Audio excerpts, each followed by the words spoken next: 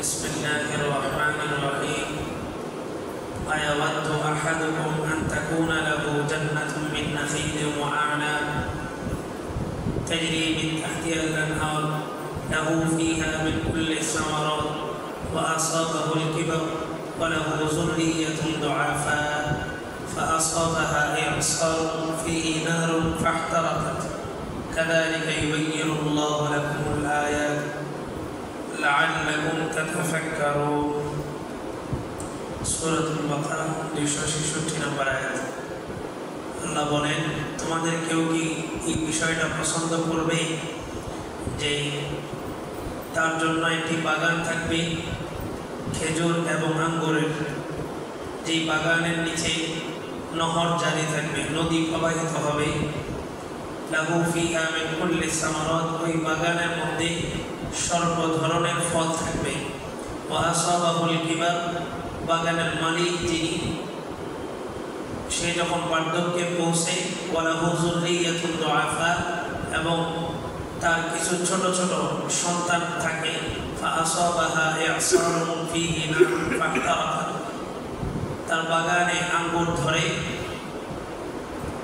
সমস্ত ফলফলাদি ধরে, এমন সময় একটি আগুন এসে পুরো বাগানটাকে ভস্ম করে দেয়। এই বিষয়টা কি কেউ পছন্দ করবে? নিশ্চয় করবে না। কাযালিকা ইউবাইয়িনুল্লাহু লাকুমুল আয়াতি লাআল্লাকুম তাতাফাক্কারুন, এভাবেই আল্লাহ তাআলা নিদর্শনগুলোকে বর্ণনা করেন যাতে করে তোমরা চিন্তা ফিকির করো। সুন্দর একটা দৃষ্টান্ত দিয়েছেন আল্লাহ তাআলা, কাফের মুশরিক বেঈমানরা যে দান করে আল্লাহর রাস্তায়, এটা সম্ভব। আল্লাহ বলে, একজন মানুষের একটা বাগান আছে খেজুর এবং আঙ্গুরের, এই বাগানটার মধ্যে এত সুন্দর বাগান, যে বাগানের নিচে, উপরে বাগান, নিচে একটা নহর প্রবাহিত হয়, অথবা বাগান চতুর্দিকে, বাগানের মাঝখান থেকে একটা নহর প্রবাহিত হয়। এই বাগানের মধ্যে প্রত্যেক বছর সর্ব ধরনের ফল ফলাদি সবকিছু আসে এই বাগানটার মধ্যে। এই লোকটা এই বাগানের পিছনে সারা জীবন শ্রম দিয়েছে। শেষ যখন বার্ধক্যে পৌঁছাইল, এই বার্ধক্যে পৌঁছানোর পর তার কিছু সন্তান আছে ছোট ছোট দুর্বল, অথবা মানসিক প্রতিবন্ধী কিছু সন্তান আছে যাদের ভবিষ্যৎ এই বাগানটার উপরেই নির্ভর। এমন একটা সময়, একটা সিজনে প্রচুর ফল দিল, আর ওই ফল গাছ থেকে পাড়ার আগেই একটা আগুন এসে পুরো বাগান থেকে জ্বালায় দিল। এটা যেই শুনবে তার দিলের মধ্যে একটা মায়া রাখবে। এই লোকটা সারা জীবন একটা শ্রম, তার নাবালক কিছু সন্তান, তার প্রতিবন্ধী কিছু সন্তান যাদের ভবিষ্যৎ এটার উপরে ডিপেন্ডেন্ট। এই মানুষটার একটা সিজনে ফল ধরছে, ফলগুলা পাড়ার আগেই একটা আগুন এসে জ্বালায় দিল। এই মানুষটা হিন্দু হইতে পারে, খ্রিস্টান হইতে পারে, বৌদ্ধ হইতে পারে, মুসলিম হইতে পারে, ধনী হইতে পারে, গরিব হইতে পারে, কিন্তু এই ঘটনাটা যেই শুনবে তার দিনের মধ্যে একটা নাড়া দিবে। সারা জীবনের শ্রম এভাবে শেষ হয়ে গেল। আল্লাহ বলে, এটাই দৃষ্টান্ত ওই মানুষটা, যে মানুষটা ঈমান গ্রহণ করলো না, কিন্তু সারা জীবন ভালো কাজে খরচ করলো, সারা জীবন সে আল্লাহ রাস্তায় দান করলো, সারা জীবন মানুষকে দান খয়রাত করলো, কিন্তু ওই যে ঈমান না আনার কারণে আখিরাতে তার এটা কোনো ফল দিবে না, কোনো ফসল আসবে না। আল্লাহ, ওই বাগানের মালিক সারা জীবন শ্রম দিচ্ছে বাগানের পিছনে, একটা বাগানকে তৈরি করছে, বাগানের ভিতরে একটা নহর প্রবাহিত করছে, সব কিছু কইরা শেষ বয়সে আসছে, এখন একটু বৈশা বৈশা খাবে। এই সময় তার বাগানটা যদি নষ্ট হয়ে যায়, মানুষের কাছে যেমন খারাপ লাগবে, ওই মানুষটার কাছে আরো বেশি খারাপ লাগবে। এমনিভাবে এই কাফের মুশরিক বেঈমানরা ইসলাম ধর্ম প্রচার প্রসার হওয়ার পর থেকে লক্ষ লক্ষ কোটি কোটি টাকা ইসলামের বিপক্ষে খরচ করছে, মানুষকে দান করতো। মানুষকে দান করতো কেন? তুমি ইসলামের বিপক্ষে কাজ করবে। এখন যেরকম নির্বাচন আসলে মানুষে কি করে? দান করে, এটা দেয় ওটা দেয়। কেন? তুমি আমার পক্ষে কাজ করবা, আমার মার্কাতে কাজ করবে। তো তৎকালীন সময় এই খ্রিস্টানরা, এই ইহুদিরা, মক্কার মুশরিকরা ইসলামের এগেইনস্টে টাকা খরচ করত, ইসলামের বিপক্ষে। কেন খরচ করতো? যে তুমি আমাদের পক্ষে থাকবা, ইসলামের বিপক্ষে কাজ করবা। আল্লাহ, আবু জেহেল মক্কার একজন যোদ্ধা ছিল। ওই লোকের ভবিষ্যৎবাণী একবার এক সাহাবী তওয়াফ করতেছিলেন, তার বন্ধু ছিলেন একজন সাহাবী আবু সাঈদ রাদিয়াল্লাহু আনহু, ওই মক্কার মুশরিকের বন্ধু ছিলেন। তো মক্কার মুশরিক সে যখন মদিনা হয়ে কোনো দিকে যেত, সাঈদ রাদিয়াল্লাহু তাআলা আনহু বাসায় থাকতো। আবার সাঈদ রাদিয়াল্লাহু তাআলা আনহু যখন এই মক্কা হয়ে কোথাও যেতেন তখন উনি ওই মক্কায় ওই বন্ধুর বাড়িতে অবস্থান করতেন। তো মক্কা বিজয়ের আগের ঘটনা সাঈদ রাদিয়াল্লাহু তাআলা আনহু বললেন, একদিন তার বাড়িতে গেলেন, বললেন যে আমার দিলের একটা আক্ষেপ, আমরা তো এই কাবা ঘরকে কেন্দ্র করেই আমাদের সেজদা দেওয়া, নামাজ পড়া, সব কিছু করা, আমাদের হজ সব কিছু বন্ধ হয়ে গেছে। আমার দিলের একটা আক্ষেপ, আমি কাবা ঘর তওয়াফ করব। তখনও মক্কা বিজয় হয়নি, মক্কা মুশরিকদের হাতে। তো সাঈদ রাদিয়াল্লাহু তাআলা আনহু বন্ধুর সাথে গেলেন। বন্ধু বললেন যে ঠিক আছে, তোমার ঠিক দ্বিপ্রহরের সময় নিয়ে যাবো, যখন প্রচন্ড রোদ, আর মক্কা তো এমনি মরুভূমি, আর রোদের ভিতরে ওই মক্কার টাইলস গুলা যা হজে গেছে কি গরম হয়ে থাকে, অনেক সময় খালি পায়ে হাঁটলে পায়ে ঠোসা পড়ে। তো সাঈদ রাদিয়াল্লাহু তাআলা আনহু ওনার সাথে দুপুরবেলা বের হয়ে গেল। একটা কথা আছে, যেখানে বাঘের ভয় সেখানে রাত। তওয়াফ করতে গেছেন, তওয়াফ শুরু করছেন আর আবু জাহেলের সাথে সাক্ষাৎ। যে আবু জাহেলের ভয়ে দুপুরবেলা বের হয়েছে, ওই আবু জাহেলের সাথে সাক্ষাৎ। আবু জাহেল ওই মক্কার মুশরিককে ডাক দিয়ে বলে, এই তোমার সাথে এটা কে? বলে যে আমার বন্ধু। তো আবু জাহেল বড় গলায় বলতেছে, আজকে যদি বন্ধুত্বের বাঁধনে যদি আবদ্ধ না হইয়া তুমি এমনিই তওয়াফ করতে আসতা, তো তোমাকে আমি আজকে দেখা দিতাম কত ধানে কত ছাল। আবু জাহেল যখন গরম হয়ে বলছে, সাঈদ রাদিয়াল্লাহু তাআলা আবু জাহেলের কণ্ঠ যতটা গরম ছিল, যতটা আওয়াজ ছিল, সাঈদ রাদিয়াল্লাহু তাআলা তার চাইতে কণ্ঠ গরম, তার চাইতে বড় আওয়াজ করে বললেন, তুমি আমাকে শেষ করবা, তুমি কি এরপর আর কোনোদিন মক্কা থেকে বের হবা না?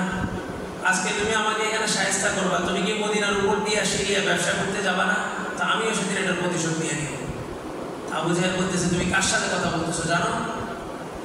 তো ওই বন্ধু মক্কার মুশরিক সে বলতেছে, এই হুয়া সাইয়্যিদুনা, আবু জাহেল যে আমাদের সর্দার। বন্ধু, তুমি আমার খাতিরে তোমার সর্দারের সাথে কথা আরেকটু নরম সুরে কথা বলো। তখন আবু সাঈদ রাদিয়াল্লাহু তাআলা বললেন যে সে মরার পরে তার ঠিকানা জাহান্নাম, তার গলার আওয়াজ যদি এত বড় হয়, আমার মৃত্যুর পর আমার ঠিকানা জান্নাত।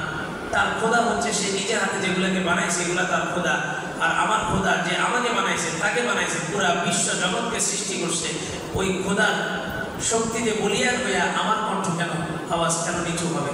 সে বাতি, তার কণ্ঠ যদি গরম হইতে পারে, আমি হকের কথা কেন নিচু আওয়াজে বলবো? আমার কণ্ঠ তো তার চাইতে বেশি গরম হতে হবে। এরপরে ওই বন্ধুকে বলতেছে, ওই মুশরিককে বলতেছে, শোনো, আবু জাহেলকে বলছি বিষয়টা এমন না, তোমাকেও বলতেছি, রাসূল বলছেন তোমার সাথে মুসলমানদের সাথে একটা যুদ্ধ হবে, মুসলমানদের সাহাবীরা তোমাকে হত্যা করবে। তারে বলছে ওই মক্কার মুশরিক বন্ধুকে। বন্ধু বলে, কি বলছো তুমি এটা? কে বলছে এই কথাটা? কে বলছে? বলে যে মুহাম্মদ সাল্লাল্লাহু আলাইহি ওয়াসাল্লাম বলছে। বলে যে মুহাম্মদ বলছে। এখানে চলতেছে আবু জাহেলের সাথে তর্ক। সে এই কঠিন সিচুয়েশন, কিন্তু একটা ক্রিটিক্যাল অবস্থার মধ্যেও এই জায়গায় না দাঁড়ায় দৌড়ায় হয়ে গেছে ওই মক্কার মুশরিক। কারণ সে জানে মুহাম্মদ সাল্লাল্লাহু আলাইহি ওয়াসাল্লাম যেটা বলছেন এটা হবেই হবে। দৌড়ায় বাসায় যায় বিবিকে বলতেছে, বিবি, আল্লাহর শপথ করে বলতেছি আমি আর কোনোদিন মক্কা থেকে বাহিরে বের হবো না। ওই সাহাবী বলছেন, সাঈদ রাদিয়াল্লাহু তাআলা, তোমাকে আল্লাহর রাসূল ভবিষ্যৎবাণী করছে তুমি মদিনার অমুক জায়গায় তোমার মৃত্যু হবে এবং মুসলমানদের হাতে তোমার মৃত্যু হবে।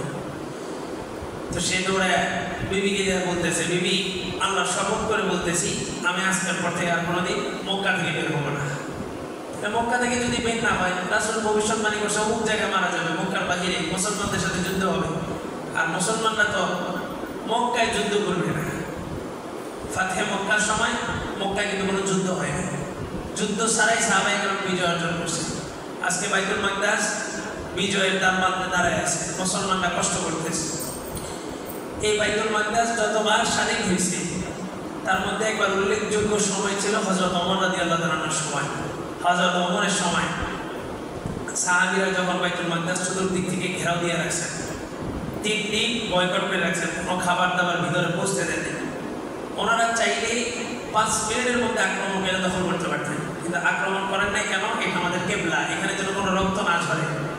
ফাতহে মক্কার আগে সুলহে হুদাইবিয়া হয়েছে, মক্কার সন্ধি, হুদাইবিয়ার সন্ধি, হুদাইবিয়ার প্রান্তরে যে সন্ধি হয়েছে, সাহাবাইকার বলছেন আমরা যুদ্ধ করবো। আল্লাহ রাসূল যে কয়েকটা কারণে যুদ্ধ করেন নাই তার মধ্যে একটা হচ্ছে মক্কার সম্মান, যে যুদ্ধ তো করবো ঠিক, কিন্তু মক্কার ভিতরে যখন যাবো যুদ্ধ চালাবো তো আমার অজান্তেই আমার একটা তীর তো কাবার ঘরের মধ্যে যাওয়া লাগতে পারে, অথবা কোনো একটা কাফের কাবার ভিতরে যে আশ্রয় নিয়েছে আমি তাকে সেখানে হত্যা করার প্রয়োজন হতে পারে, কাবার মধ্যে রক্তপাত হবে কেউ চান নাই।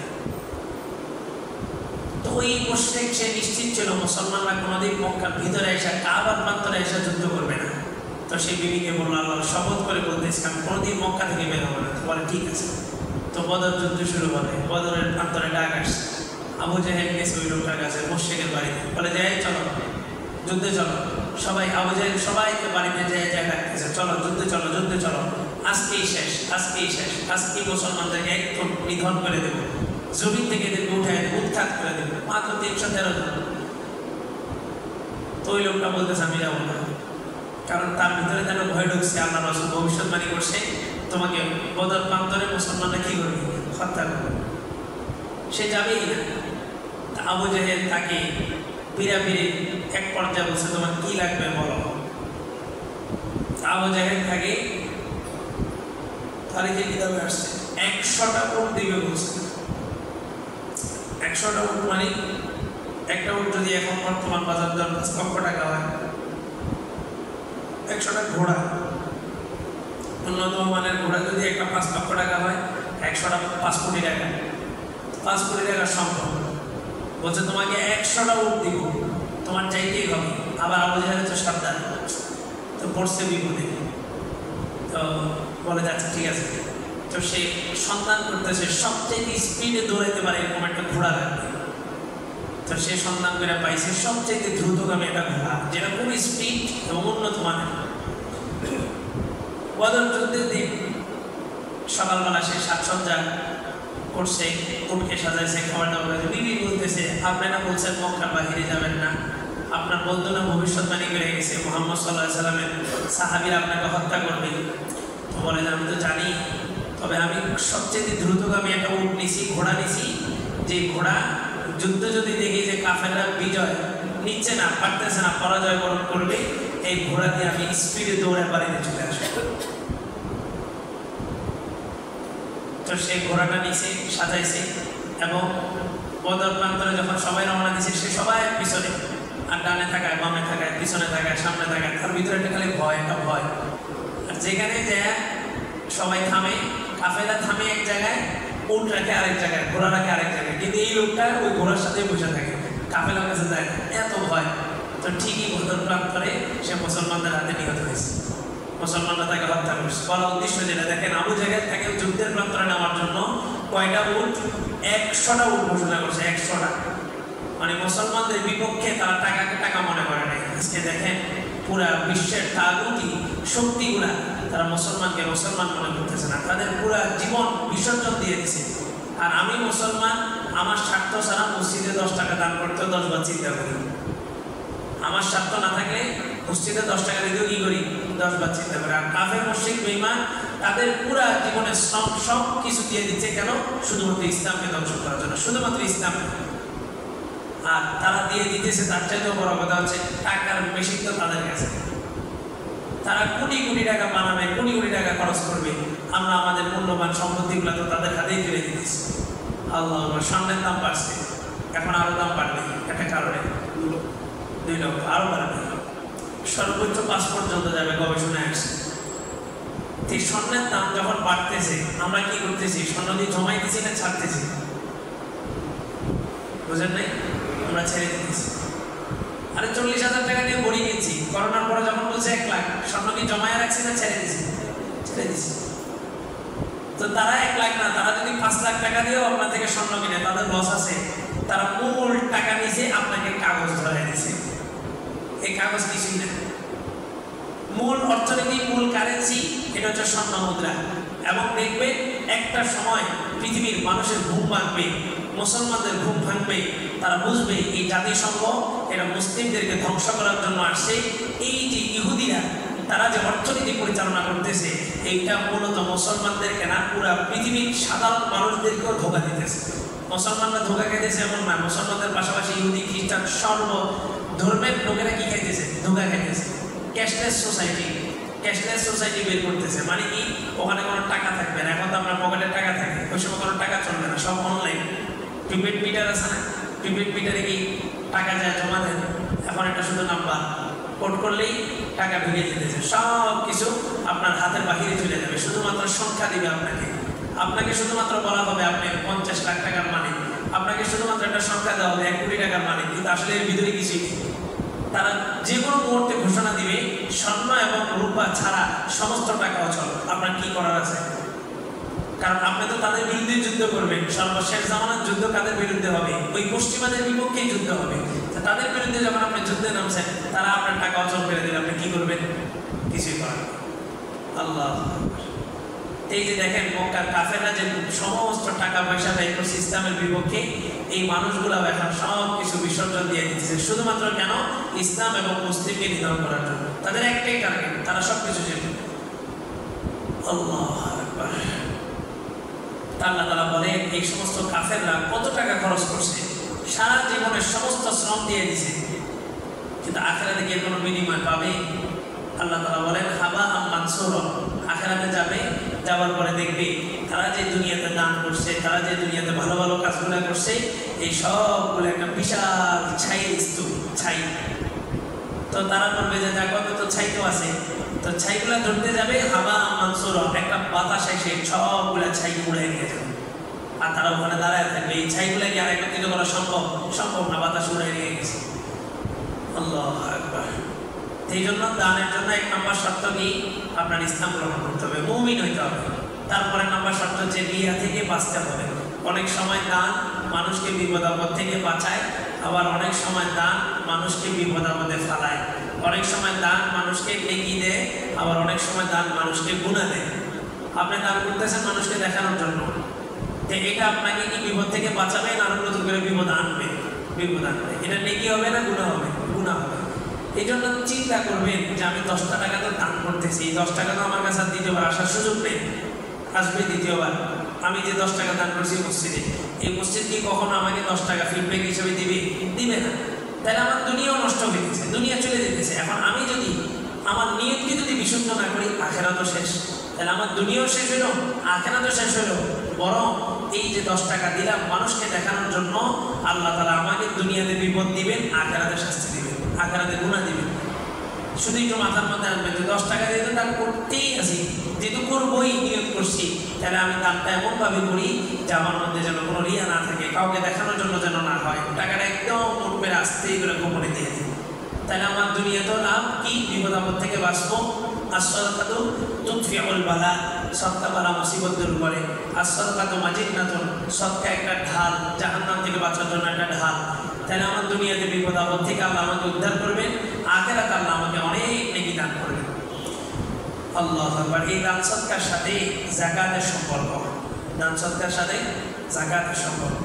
এই কারণে আল্লাহ তাআলা পরবর্তীতে একটা ছোট্ট করে যাকাতের প্রতি ইঙ্গিত দিয়েছেন। আল্লাহ বলেন ইয়া আইয়ুহাল্লাযীনা আমানু আনফিকু মিন তাইয়্যিবাতি মা কাসাবতুম ওয়া মিম্মা আখরাজনা লাকুম মিনাল আরদ। হে ঈমানদাররা, তোমরা খরচ করো মিন তাইয়্যিবাতি মা কাসাবতুম, তোমরা কামাই যা করো তার মধ্য থেকে পবিত্রটাকে, তোমাদের কামাইয়ের মধ্য থেকে পবিত্রটাকে তোমরা খরচ করো। ওয়া মিম্মা আখরাজনা লাকুম মিনাল আরদ, এবং জমিন থেকে যে সমস্ত খাদ্য শস্য আমি উৎপাদন করছি ওই সমস্ত জিনিস থেকে খরচ করো। দেখেন এখানে একটা বিষয়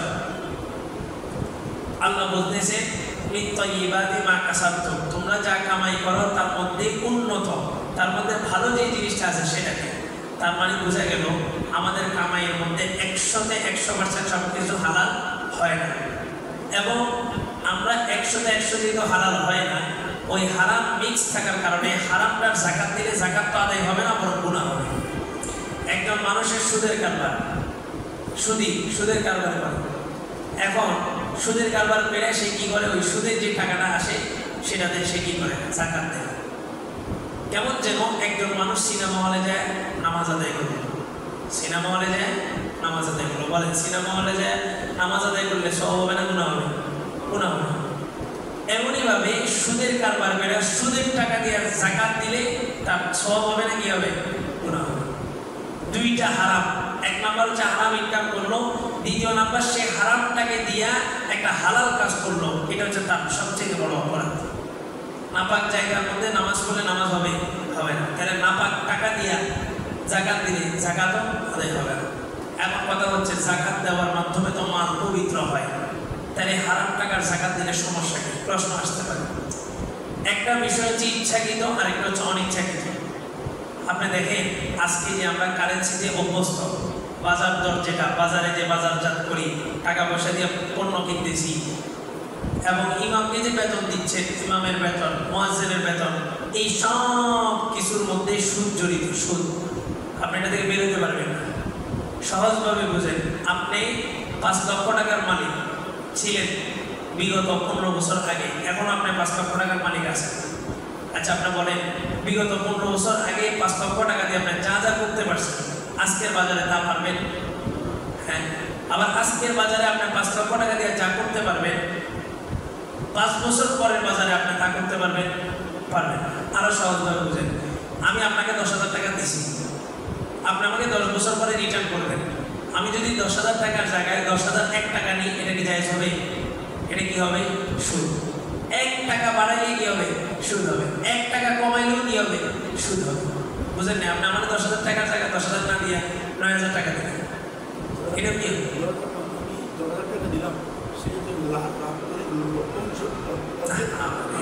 এই যে আমরা যেটা বুঝেন, আমি কি ব্যবসা নিয়ে 10,000 টাকা দিচ্ছি? আমি দিছি ঋণ হিসাবে। ব্যবসা বলি না, যেমন ইসলামিক ব্যাংক ওনারা বলে যে আমরা আপনার টাকা দিয়ে ব্যবসা করছি। আরে ভাই, তোমাকে ব্যবসা করার জন্য দিছি, মূলত আপনার এই সুদটা, এই ইন্টারেস্টটা দিবেই সে ব্যাংক থেকে, এটা সুদ আপনাকে দিবে। আপনি যখন ওনাদেরকে প্রশ্ন করবেন, ভাই আমি তো টাকা রাখছি, অতিরিক্ত টাকাটা তো সুদ, তখন উনি আপনাকে বলবে খুব সুন্দর কিনা যে আমি আপনার টাকাটা নিয়ে সজল দিয়ে যত্ন করে ব্যবসা করছি। ভাই তোমাকে তো আমি ব্যবসার জন্য টাকাটা দিই, তোমাকে তো আমি টাকাটা এমনি দিছি জমা রাখার জন্য, তাই তুমি ব্যবসার টাকা ব্যবসা করছো, এটা করছো, এটা তো চুক্তি হইলেই না ব্যবসা। তার সাথে আমার ব্যবসা চুক্তি হয়েছে, তার সাথে আমার চুক্তি হয়েছে টাকাটা আমি এখানে রাখবো, সেভিংস অ্যাকাউন্টে এটা আমি রাখবো।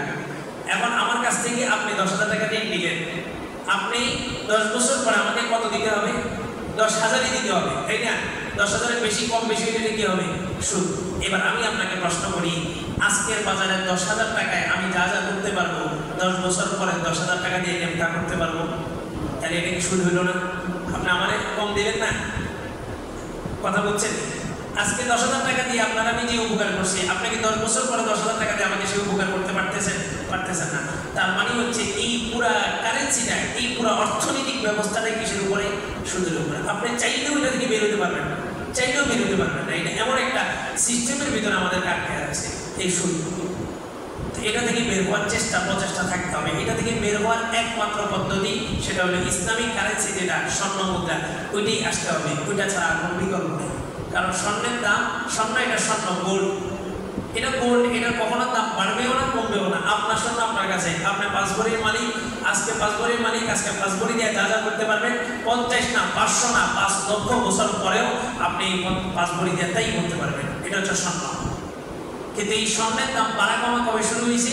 যখন স্বর্ণকে বাদ দিয়ে কাগজের নোট ব্যবহার করা শুরু হয়েছে। স্বর্ণ তো নিজেই একটা গোল্ড, এটা একটা ম্যাগনেটিক পাওয়ার, এটার আবার দাম বাড়ানো কমানো কাগজের কি ক্ষমতা আছে? এটা কে করতেছে? ওই যে ইহুদিরা, তারা এই অর্থনীতিটা পরিচালনা করতেছে। আপনার কাছ থেকে স্বর্ণ নিছে, আর আপনার কি দিছে? টাকা, কাগজ না, আপনার মাটি দিছে।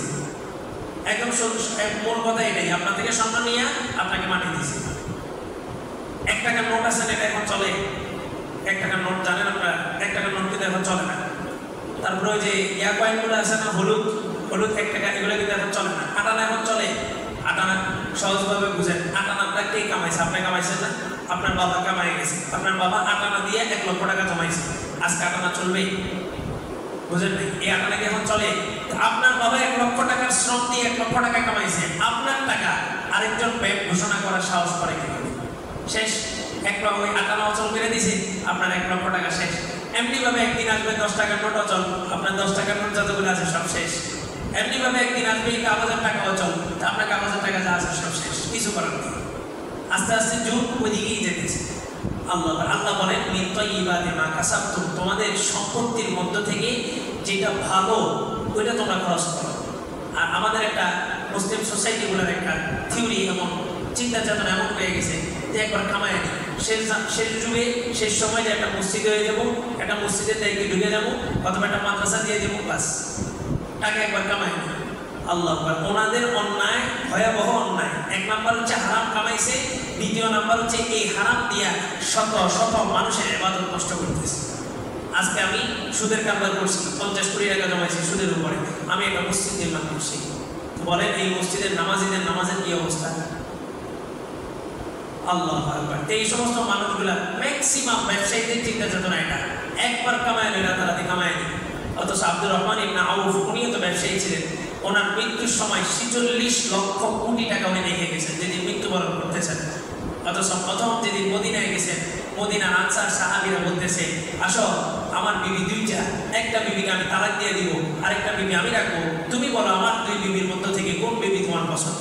আব্দুর রহমান ইবনে আউফ বলছেন, এটা আমার প্রয়োজন নাই, দাল্লিনি ইলা সুক, তুমি আমাকে বাজারের রাস্তা দেখায় দাও, আমি একজন ব্যবসায়ী, আমি ব্যবসা করে আমি টাকা জমাই, তারপর আমার টাকা দিয়ে আমি বিবাহ করব। তো ব্যবসা শুরু করছেন, ব্যবসায়ী ছিলেন, 4টা উসুল 4টা মূলনীতি উনি সামনে রেখে ব্যবসা করতেন। তার মধ্যে 2টা উল্লেখযোগ্য। 1 নাম্বার, পণ্য কখনো গুদামজাত করতেন না, কখনোই না, উনি দাম কম সেল বেশি, এই থিওরি পালন করতেন। আর আমাদের ব্যবসায়ীরা সিজন আসলে মাল সব গুদামে স্টক করে, সব পেঁয়াজ স্টক করছে, এই পরিমাণ সময় স্টক করে রাখছে, পেঁয়াজের ভিতর থেকে আবার পেঁয়াজ বেরিয়ে শুরু হয়েছে, তারপরে বিক্রি করতেছে না কেন? ওই যে দাম বাড়বে সিজন আসলে। আব্দুর রহমান ইবনে আউফ ওনার থিওরি ছিল পণ্য বেশি সেল হবে, লাভ কম হবে, এটা হচ্ছে আসল ব্যবসা। দ্বিতীয় নম্বর থিওরি ছিল কখনো আজান দিছে আল্লাহু আকবার বলছে আর ব্যবসা চালান নাই, আর কখনো বাকি দেন নাই। আমরা ওই অনেক সময় এটা ইয়ার করি, বাকি দেওয়া, এটা করা টাকা না, ব্যবসা ব্যবসা। ঋণ আলাদা, ঋণের বিষয় আলাদা। এক বুজুর্গ বলছিলেন, তুমি যদি তোমার কারোর সাথে গভীর ঘনিষ্ঠ সম্পর্ক, তুমি যদি চাও তার সাথে এই সম্পর্কটা তোমার সারা জীবন থাকুক, তো সেই যখন তোমার কাছে টাকা ঋণ নিতে আসবে, তুমি তাকে সামান্য টাকা দিয়ে বলে যে এটা তোমার হাদিয়া, তবে আমার কাছ থেকে ঋণ নিও না। একজন এসে বললো যে ভাই আমাকে আপনার 5 লক্ষ টাকা ঋণ দেন, আপনি তারা 5,000 টাকা দিয়ে বলবেন ভাই এটা তোমার হাদিয়া দিছি, তোমার সাথে আমার একটা সম্পর্ক আছে, এটা নষ্ট না হোক, তুমি আমার কাছ থেকে ঋণ নিও না। আত্মীয় স্বজন বন্ধু বান্ধবদের সাথে কখনো কি করবেন না, এই টাকা পয়সা লেনদেন করবেন না। আর আমাদের সমাজ ব্যবস্থা এত খারাপ। কয়েকদিন আগে একটা বিচার আসছে, কতজন টাকা নেওয়ার সময় তার কি সুন্দর আচরণ, কি সুন্দর ব্যবহার, সেই তার বাড়িতে নিয়ে আমার দাওয়াত খাওয়ায় আর ইমোশনাল ব্ল্যাকমেইল করে তারপর আমার কাছ থেকে টাকা চাইছে। দাওয়াত খাওয়াইছে, দাওয়াত খাওয়ানোর পরে কয়েছে একটা বিপদে পড়ছি, আমার এখন আপনি কিছু টাকা দিয়ে উদ্ধার করেন। এমন বলেন আপনি একজনের বাসায় দাওয়াত খাইছেন, দাওয়াত খাওয়ার পরে সে আপনাকে বললো যে ভাই আমার কিছু টাকা দিন, আপনি কী করবেন? তো বলে যে এখন সে হচ্ছে নেতা, সে আমার ফোন দিয়ে বলে অমুক দিন দিব, এতবার ফোন দাও কেন? দিব বলছি তো, তোমার টাকাকে আমি মাইনে খেতেছি। টাকা নেওয়ার সময় আসিল গোলাম, আর টাকা নেওয়ার পরে এখন সে হয়ে গেছে বাদশা।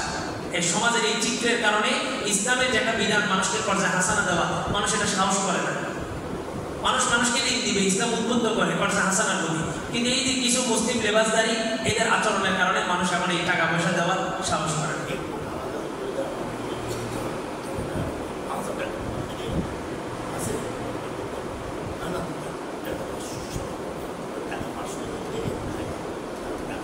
অল্প কিছু টাকা দিয়ে বলবেন যে এটা তোমার হাদিয়া, এটা তুমি রাখো, তবে তুমি আমার কাছ থেকে টাকা পয়সা দিতে পারবে। আরেকজন এখানে আমার মুসল্লি নিয়মিত কয়েকজন বছর ওনার কাছে আমি পাবো বলি আশা নেই, এমনকি আমি সৎকার নিয়ত করে ফেলবো, আমি আর কীভাবে করলে তাহলে তো ভালো সৎকার নিয়ত করে ফেলবো। মানে এরকম সোজা বলে আর কি সমাজে, এরকম সোজা তার কাছ থেকে আর টাকা পাইবো বলে আশা নেই। এখন যিনি টাকা দিয়েছে উনি বলতেছে আমি সৎকার নিয়ত করলে গিয়ে সব পাবো, অবশ্যই পাইবেন, ঠিক আছে সৎকার নিয়ত করে ফেলেন। আল্লাহ বলতেছে তোমরা যে কামাই করো, কামাইয়ের মধ্যে হালাল যেটা ওইটা তোমরা আল্লাহ রাস্তায় খরচ করো। ওই সারাদিন সুদের কারবার করছে, ওইরা এসব মসজিদে মাগরিবের সময় এসে 10 টাকা দিয়ে দিচ্ছে, আল্লাহ সারা দিনের টাকাটা তুমি হালাল করে দিও, বিসমিল্লাহির রহমানির রহিম, এত সহজ। আল্লাহ এই জন্য এখন প্রশ্ন হলো যে আমি তো আমার ইনকামের মধ্যে তো অনেক খারাপ এমনিই থাকে। ওই যে বললাম সমাজ ব্যবস্থাটা এমন, ইমামের বেতনটাও পরিপূর্ণ 100% কিনা হালাল না, বুঝেন নাই? ওই যে টাকাটা টাকা কারেন্সি যেটা এটার মধ্যে তো সুদ ঢুকে আছে। তো এখানে জবাব হইল, একটা হচ্ছে ইচ্ছাকৃতভাবে হারাম কামাই করে জাকাত দেওয়া, আরেকটা হচ্ছে অনিচ্ছাকৃত অপালন। আমরা যে টাকা পয়সা ব্যবহার করতেছি এটা আমরা অপালন হয়ে আমরা এই সমস্ত জিনিসগুলো ব্যবহার করতেছি। ওইটা জাকাত দেওয়ার মাধ্যমে, জাকাত শব্দের অর্থ হচ্ছে পবিত্রতা, ওইটা জাকাত দেওয়ার মাধ্যমে আল্লাহ তাআলা মালগুলোকে কি করে দেন? পবিত্র করে দেন। আর জাকাত শব্দের আরেকটা অর্থ হচ্ছে নুমা, নুমা মানে বাড়া, বর্ধনশীল। জাকাতকে জাকাত এজন্য বলা হয় কারণ জাকাতের মাধ্যমে মাল বাড়ে, মাল কখনো কমে না। আর এটা একদম পরীক্ষিত, আমরা একদম সরজমিনে এটা দেখছি। যারা জাকাত একবার দিছে তারা সারা জীবন দিছে, কখনো জাকাত দেওয়া বন্ধ হয়নি। আল্লাহ তাআলা সম্পত্তি বাড়ায়, সম্পত্তি বাড়ায়। আর এটা যে একবার বুঝছে যে জাকাত দিলে সম্পদ বাড়ে, তারে আর বলা লাগে না যে ভাই তোমার জাকাত। সে জাকাত তো দেয়, জাকাতের বাহিরে অতিরিক্ত এক্সট্রা আরো কিছু জিনিস দেয়, যাতে জাকাতের হিসাবের মধ্যে কোনো ভুল হলে যাবে এটা মাফ হয়ে যায়। আর যে ব্যক্তি এই জিনিসটা বুঝে না, মানে না, সে বিভিন্ন হিলা তাল বাহানা খুঁজে, আমার এটা তো সমস্যা, ওটা সমস্যা। আমি যদি অসুস্থ হয়ে যাই, একজন এখানে ব্যবসায়ী এসে বলতেছে হুজুর আমার এভাবে টাকা আছে, কিন্তু আমার তো বিপদ আপদের কোনো স্টেশন নেই। আমি বললাম বিষয়টা কেমন? যে আপনি না বলছেন প্রয়োজনের অতিরিক্ত টাকা। এখন আমি যদি হঠাৎ আমার একটা কিডনি নষ্ট হয়ে যায়, একটা কিডনির জন্য তো আমার 1-1.5 কোটি টাকা দরকার আছে, আমার 1-1.5 কোটি টাকা দিলে আমার জরুরি। আমি কি ঠিক আছে, আপনি এটা মনে রেখেন, আপনি এটা আমারে বুঝ দিতে পারছেন, আখেরাতে আল্লাহরে বুঝ দিতে পারবেন না। আর আপনি যেহেতু হিলা করতেছেন, বাহানা করতেছেন, ইমাম সাহেবের সাথে করতেছেন না আল্লাহর সাথে করতেছেন? আল্লাহর সাথে করতেছেন। এই বিষয়টা আপনার একটু সতর্ক করলাম। আল্লাহ যে দিতে চায় তার কোনো বাহানা অজুহাত তাকে আটকাতে পারবে না। আর যে এটার একটা মজা বুঝছে যে দিনের বাড়ি, তাকে কেউ ঠেকাতে পারবে না। আল্লাহ তাআলা সবাইকে কথাগুলো বোঝার, আমল করার